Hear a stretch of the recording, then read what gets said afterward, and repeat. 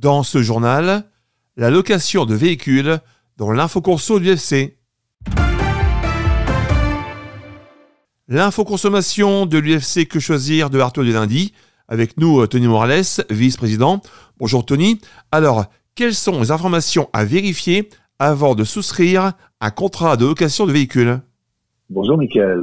Alors, il faut s'assurer que votre permis de conduire est valide et suffisamment ancien. Et renseignez-vous sur les modes de paiement acceptés.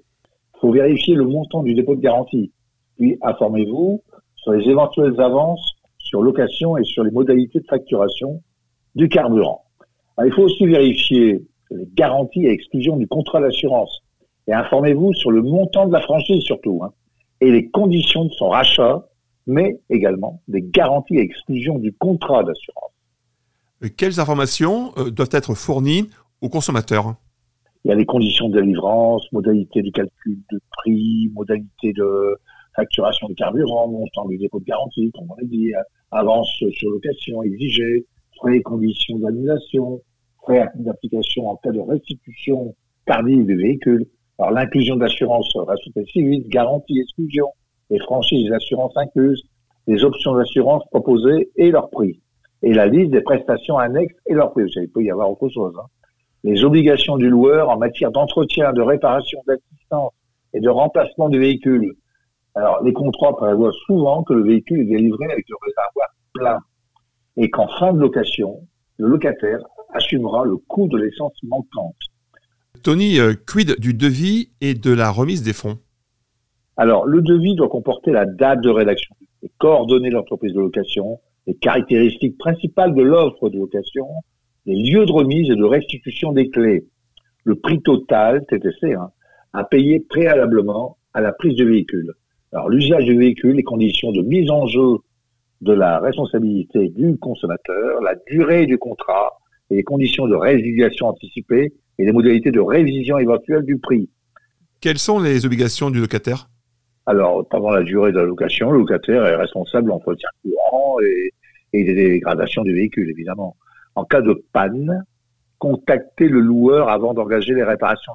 Au retour du véhicule, il est recommandé de rendre le véhicule à la date convenue, avec la même quantité d'essence qu'au départ, et d'effectuer un état du véhicule retourné en présence du loueur. Et qu'en est-il du véhicule? Alors, il faut vérifier l'état du véhicule avant sa prise de possession, bien sûr, et noter tous les dégâts sur le contrat.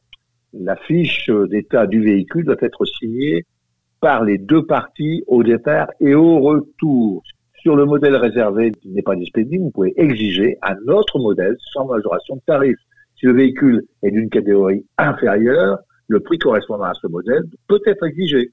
Si le véhicule ne répond pas aux exigences prévues au contrat, vous pouvez refuser tout modèle de remplacement et demander un dédommagement.